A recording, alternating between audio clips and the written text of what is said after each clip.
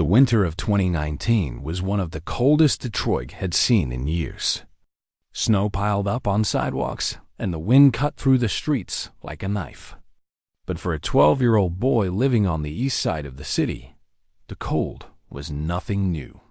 He had learned to live with it, just like he had learned to live with a lot of other things that most kids his age never had to think about. His name was Tobias, and he lived with his mother in a small apartment above a laundromat. The heating never worked properly, and most nights they slept with extra blankets and coats piled on top of them. His mother worked 2 jobs just to keep the lights on. During the day, she worked at a grocery store stacking shelves.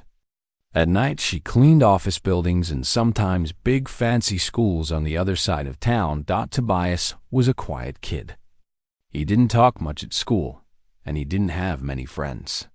It wasn't that he was unfriendly. He just always seemed to be somewhere else in his mind. His teachers often caught him tapping his fingers on his desk, like he was pressing invisible keys. They thought he was just restless. They had no idea what was really going on inside his head. On this particular night, his mother had to take him along to her cleaning job.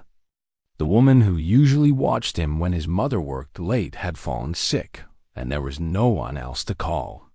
So Tobias put on his warmest coat, which was still too thin for the weather, and climbed into the old car that barely started on cold nights. They drove for almost 40 minutes, leaving behind the familiar streets of their neighborhood. The buildings started to change. The broken windows and faded signs were replaced by tall gates, green lawns covered in snow, and big stone buildings that looked like something out of a movie. Tobias pressed his face against the cold car window, watching it all pass by. "Where are we going?" he asked. "Hartwell Academy," his mother said. "It's a private school. Very fancy. I clean there twice a week." Tobias didn't say anything. He just kept looking. He had never seen a place like this before. The school looked like a castle. There were lights glowing from every window, and even the trees outside were decorated with tiny white lights that sparkled in the darkness. When they arrived, his mother parked the car near the back entrance. She turned to him and placed her hand on his cheek. Her hands were rough from years of hard work, but her touch was always gentle. "I need you to stay in the break room tonight, okay?" she said. "There's a big event happening in the main hall. Lots of important people. I don't want you wandering around and getting into trouble." Tobias nodded. He was used to sitting alone and waiting. He brought a notebook with him, filled with drawings of piano keys and little notes he had written to himself. It was his most prized possession. His mother handed him a sandwich wrapped in plastic and a small juice box. "I'll come check on you when I can," she said. "Be good." And with that, she grabbed her cleaning supplies and disappeared down a long hallway. Tobias sat in the small break room for a while. It was warm inside, which was a nice change. He ate his sandwich slowly, trying to make it last. But after about 30 minutes, he started to feel restless. He could hear music coming from somewhere far away. It was faint, but it pulled at him like a magnet. He told himself he would just take a quick look. He wouldn't go far. He just wanted to see where the music was coming from. He slipped out of the break room and followed the sound. The hallways were long and quiet, lined with paintings of old men in suits and photographs of students in uniforms. Everything smelled like polish and fresh flowers. Tobias had never been anywhere so clean. The music grew louder as he walked. He passed a set of large wooden doors that were slightly open.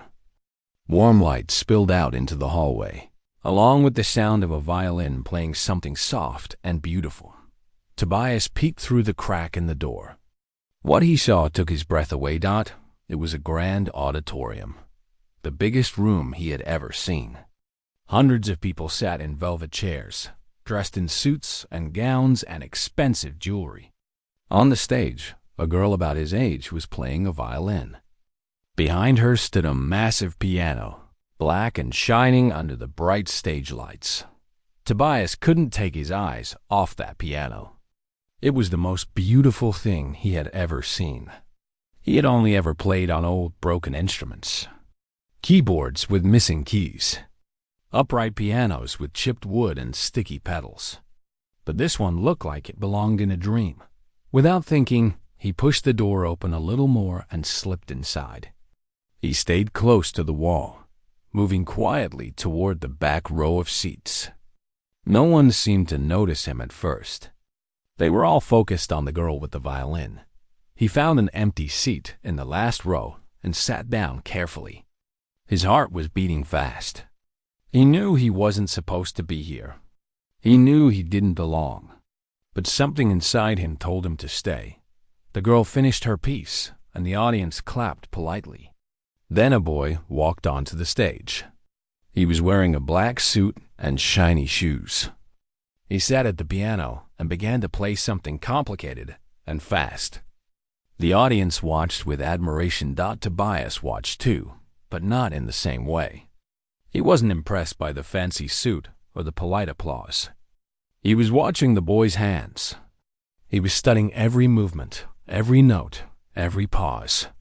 And deep down, he knew something that no one else in that room would ever guess. He could play better than that Dot, but Tobias stayed silent. He didn't clap when the others clapped. He just sat there, invisible, like a ghost in the back row. And then someone noticed him. A group of boys around his age, sitting a few rows ahead, turned around and saw him. They were dressed in matching blazers with gold buttons and ties. Their hair was neatly combed, and their shoes were polished. They looked at Tobias like he was a stain on a clean white shirt. One of them whispered something, and the others laughed. They didn't bother to be quiet about it. A few adults glanced over, but no one said anything. No one told them to stop. Tobias felt his face grow hot. He looked down at his coat, at the patches his mother had sewn over the holes. He looked at his shoes, which were a size too small and held together with tape. He suddenly felt very, very small. He thought about leaving. He thought about going back to the break room where he belonged.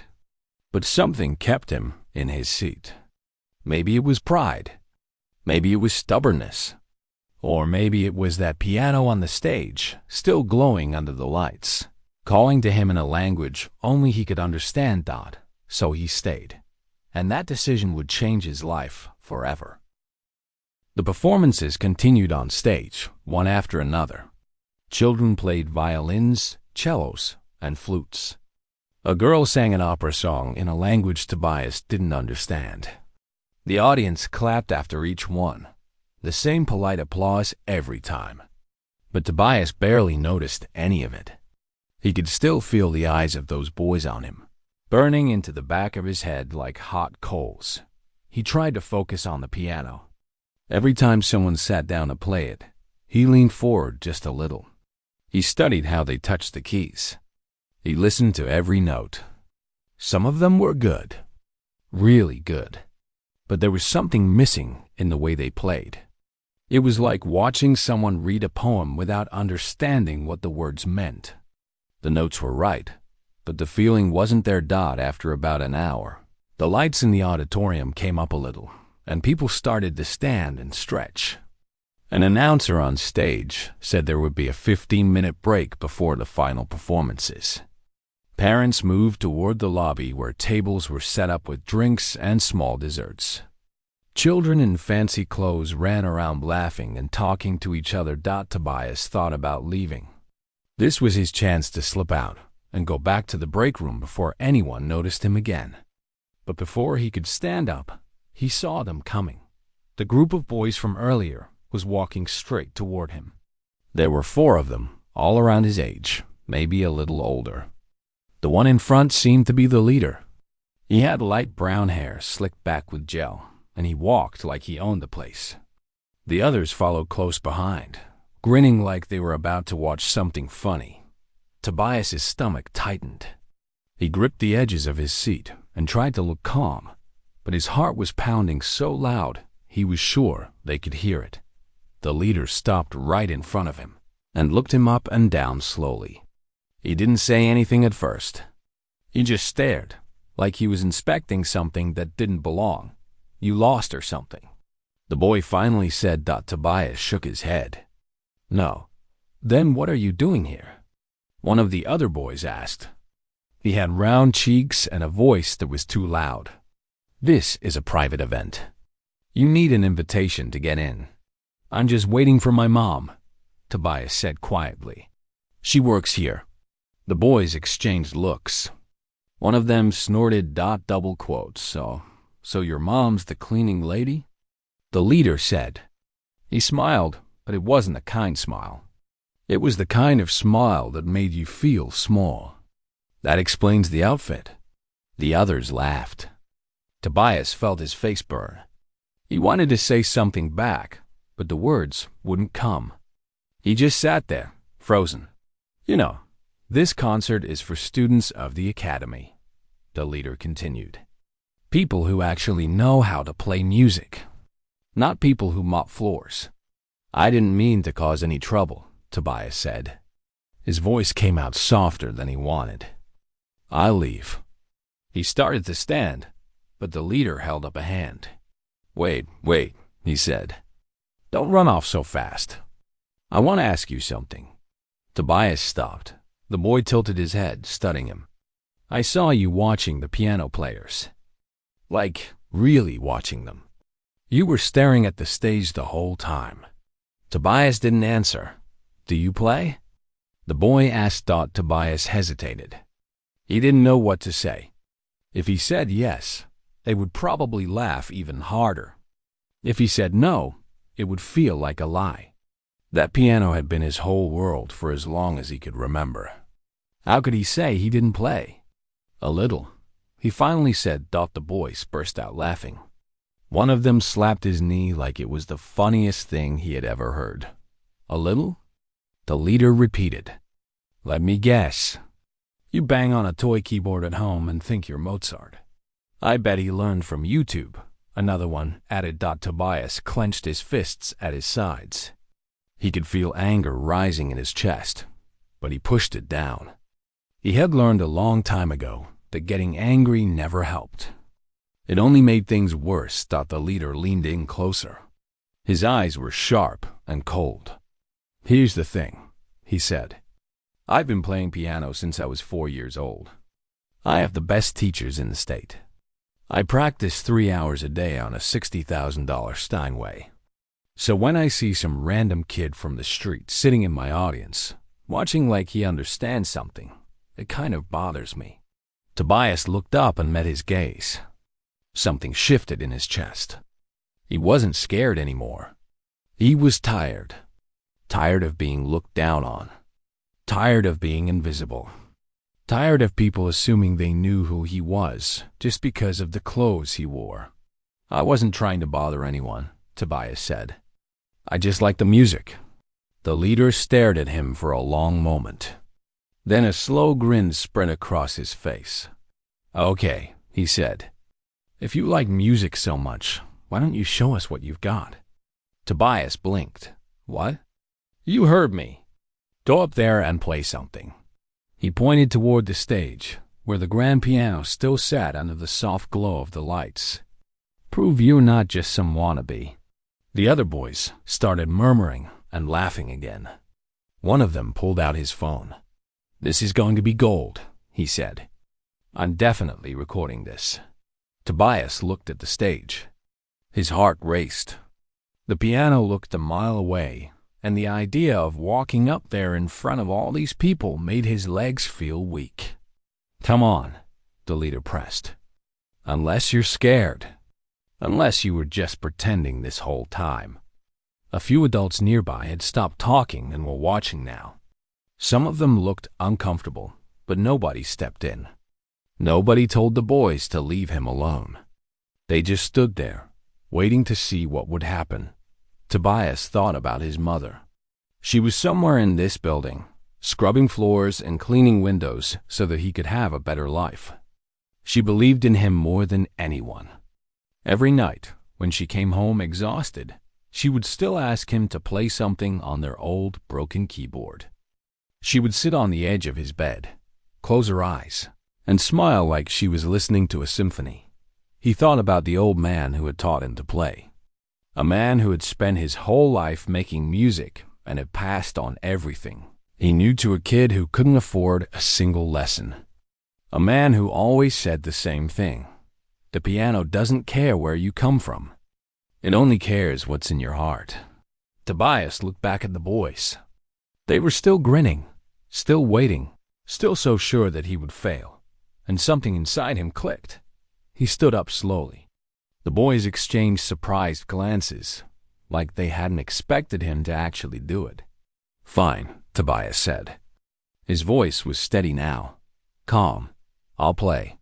The leader laughed. "Oh, this is going to be embarrassing." Tobias didn't answer. He turned and started walking toward the stage. Each step felt heavy, like he was walking through water. He could feel the eyes of the room on him. He could hear the whispers, the quiet laughter, the murmurs of confusion, but he kept walking, because the boy who mopped floors and wore patched coats had a secret that no one in that room could ever have guessed at, and in just a few minutes, they were all going to find out. To understand what happened next, you need to know where it all began. You need to know the secret that Tobias had carried with him for most of his young life. A secret that lived in his fingers, in his heart, and in every quiet moment when no one was watching. It started when he was 5 years old. Back then, his mother worked at a community center on the east side of Detroit. It was a small place with cracked walls and flickering lights, but it was warm and it was safe. After school, Tobias would go there and wait for his mother to finish her shift. He would sit in the corner with a coloring book or play with the same worn-out toys that had been there for years. One day, while wandering through the back hallway, he found a room he had never noticed before. The door was slightly open, and inside was something that stopped him in his tracks. A piano. It was old and dusty. Some of the keys were yellow, and the wood was scratched and faded. But to Tobias, it looked like treasure.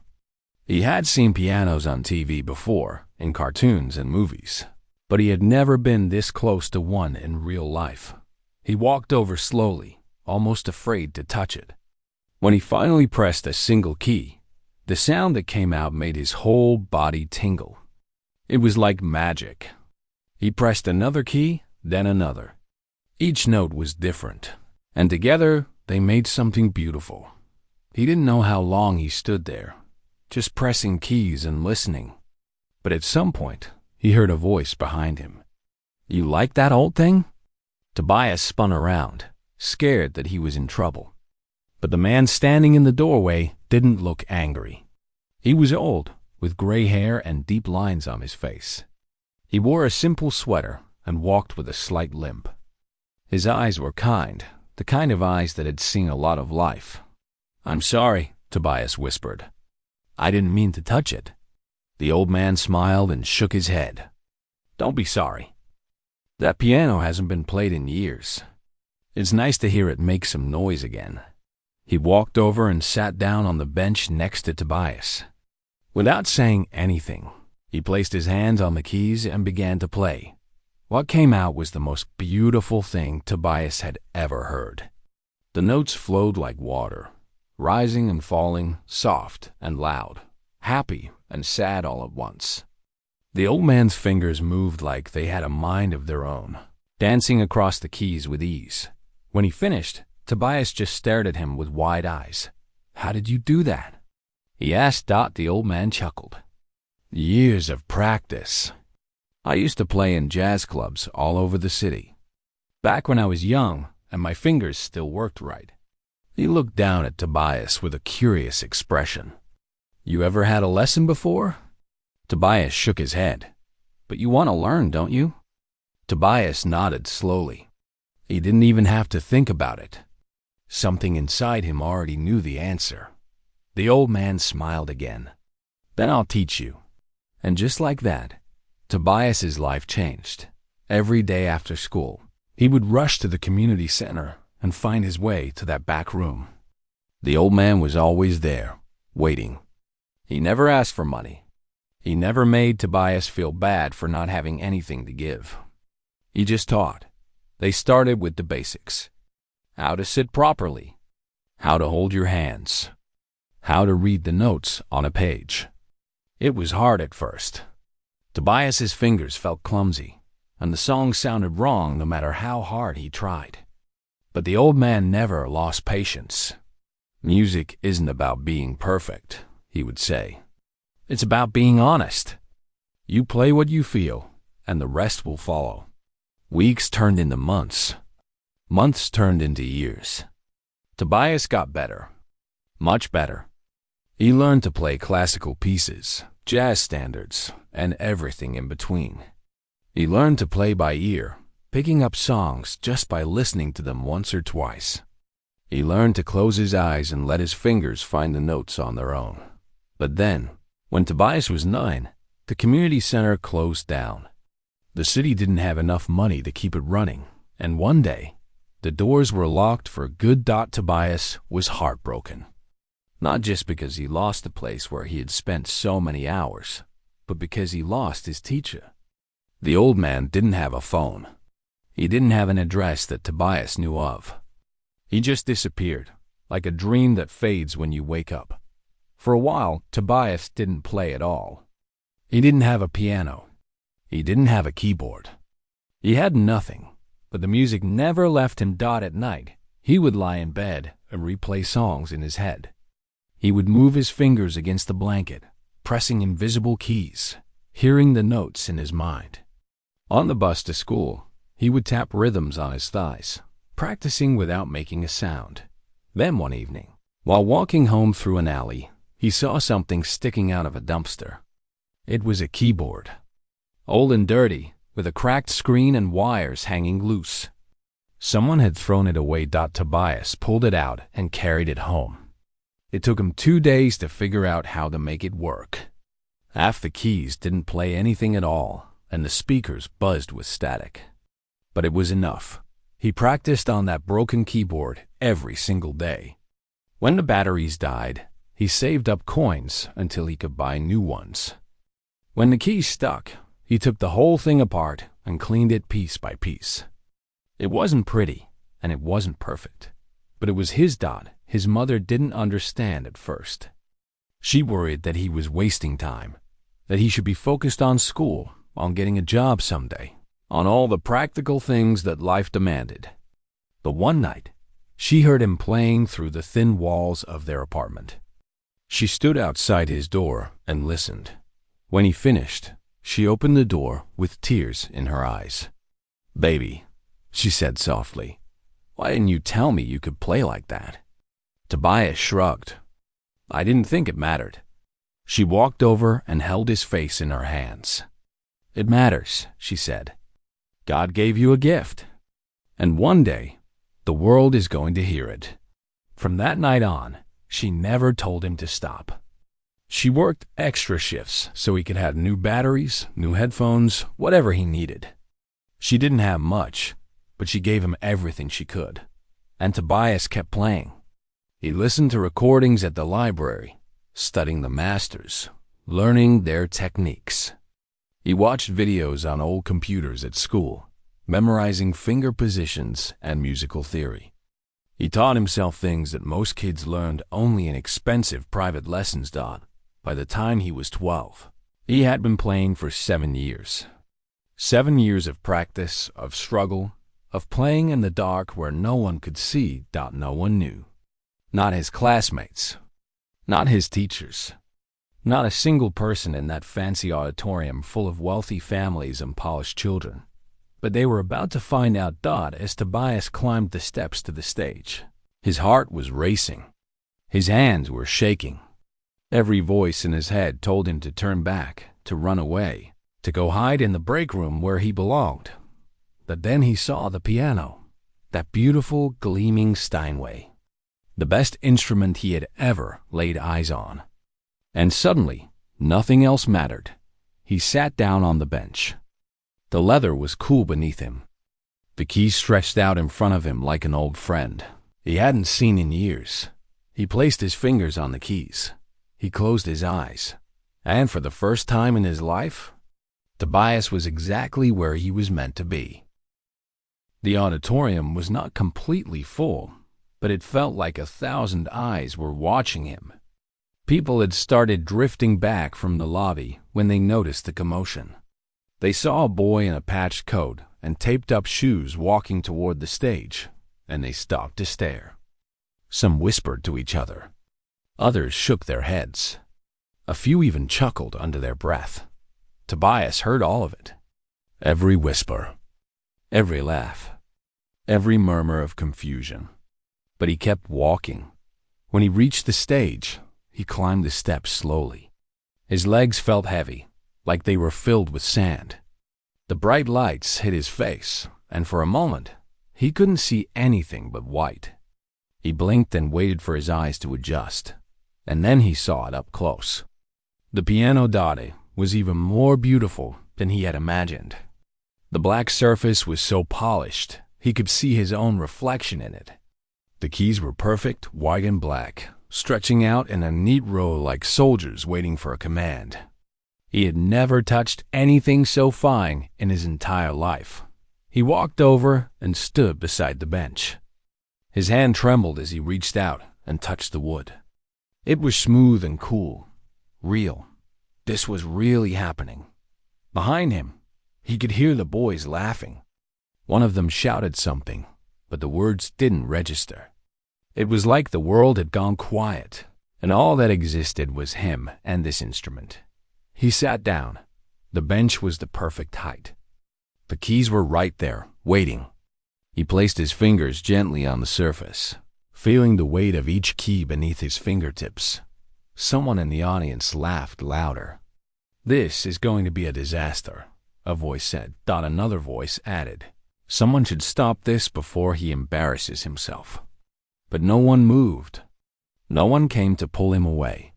They all just watched, waiting to see what would happen. The boy who had challenged him stood near the front row, arms crossed, a smug grin on his face. His friends had their phones out, recording everything. They wanted to capture his failure. They wanted something to laugh about later. Tobias took a deep breath. He closed his eyes. For a moment, everything was still. The whispers faded. The laughter disappeared. It was just him, alone in the darkness behind his eyelids, with the memory of every note he had ever played running through his mind. He thought about the old man at the community center. He thought about the dusty piano with the yellow keys. He thought about all the nights he had practiced on a broken keyboard with half the keys missing. He thought about his mother, working 2 jobs, believing in him when no one else did. And then he began to play. The first note rang out clear and pure, filling the entire auditorium. It hung in the air like a single drop of rain before a storm. Then came the second note, and the third. And suddenly, his fingers were moving on their own, dancing across the keys like they had done it 1,000 times before. He was playing Chopin. Ballade No. 1 in G minor. One of the most difficult pieces ever written for piano. A piece that took most students years to master. A piece that professionals struggled with. And he played it like he was born to. The music poured out of him, rising and falling, soft and loud, gentle and fierce. It wasn't just notes on a page. It was a story of pain and hope, of struggle and triumph, of everything he had been through. In his 12 short years of life, the laughter stopped. The whispers stopped. The entire room went completely silent. People who had been walking back to their seats froze in place. Parents who had been checking their phones looked up with wide eyes. Children who had been fidgeting sat perfectly still. No one moved. No one made a sound. They just listened. The boy who had mocked him lowered his arms. The smug grin vanished from his face, replaced by something else. Confusion, disbelief, and slowly, something that looked almost like fear. His friends stopped recording. Their phones hung loosely at their sides, forgotten. On stage, Tobias played on. He didn't see any of it. His eyes were still closed, and he was somewhere else entirely. He was back in that little room at the community center, sitting next to the old man who had changed his life. He was in his tiny bedroom, practicing on a broken keyboard while the radiator rattled and the wind howled outside. He was everywhere and nowhere, lost in the music. His fingers flew across the keys, hitting every note with perfect precision. The piano sang beneath his touch, filling the grand hall with a sound so beautiful it made people's hearts ache. A woman in the third row began to cry.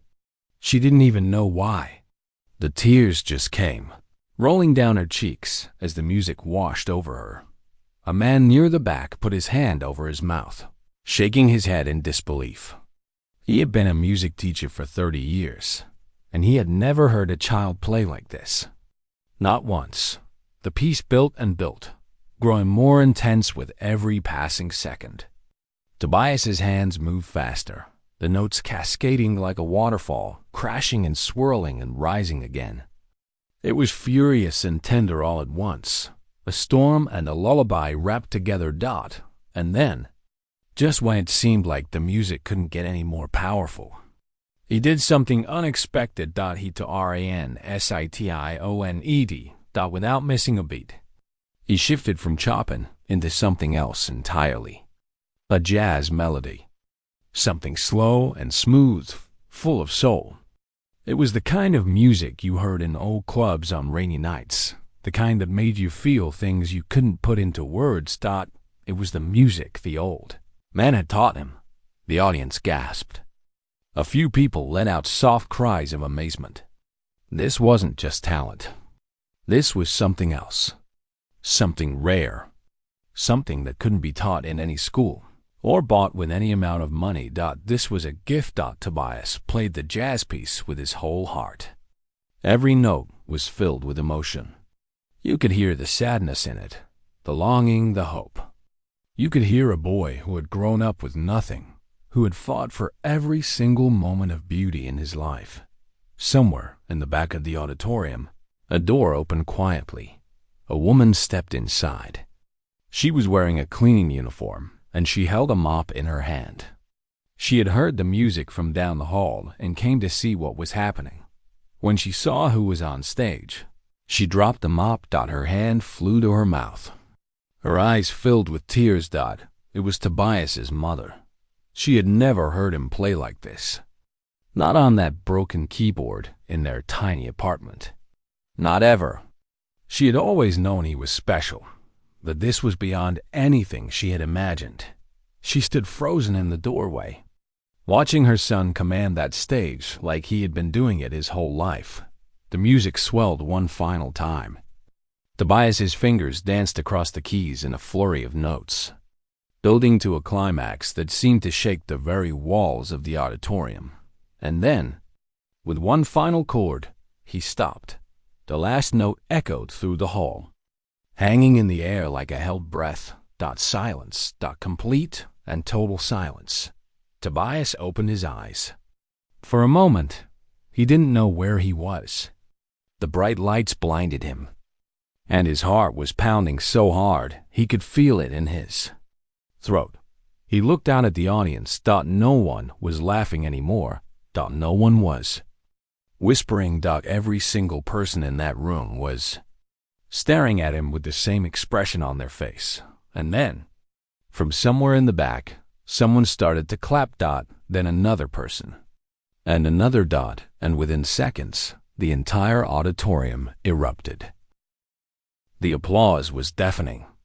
It echoed off the walls and filled every corner of the grand auditorium. People rose from their seats one after another until the entire room was standing. Hands clapped together so fast and so loud that it sounded like thunder rolling through a summer sky. Tobias sat frozen at the piano.